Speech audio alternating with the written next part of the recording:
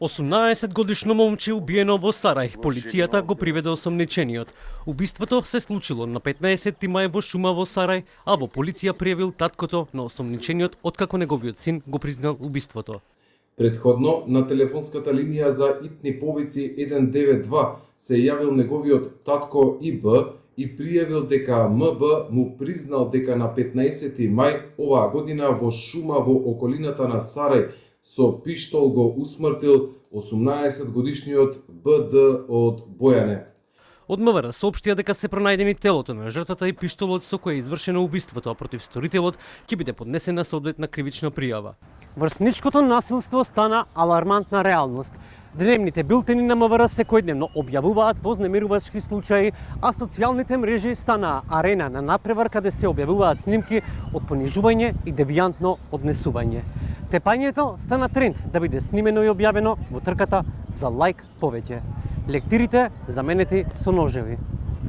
Покрај врсничкото насилство, марихуаната е исто така присутна помеѓу младите, како и многу други психотропни супстанции, а во билтенот се зачестени и девијантните однесувања на младите.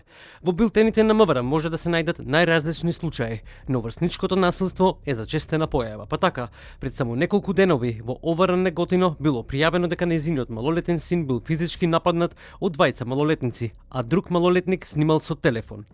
Надворешната канцеларија за криминалистички работи Гостивар поднесе кривична пријава против 44-годишникот Гостиварско поради постоење основи на сомнение за сторено кривично дело демнење. Истиот 12 дена следел и вознемирувал 15-годишна малолетничка преку апликација на мобилен телефон.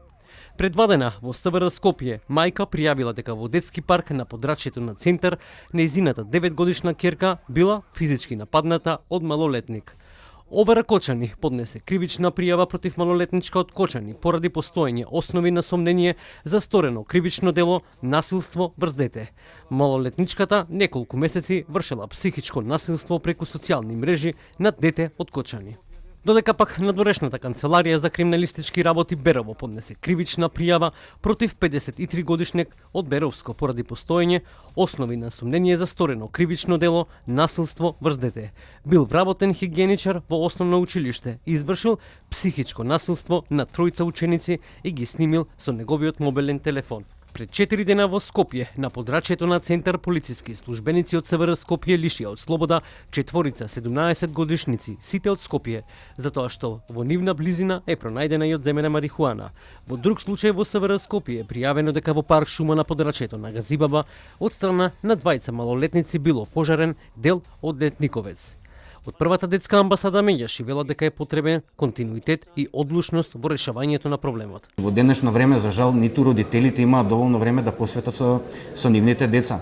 И најчесто се работи за различен пристап на воспитување, односно едно збориме, а друго правиме, во смисла родителите коректно ги воспитуваат децата, дека не е во ред да седат толку многу време на мобилен телефон, дека треба да се социјализираат, да се дружат со нивните врсници.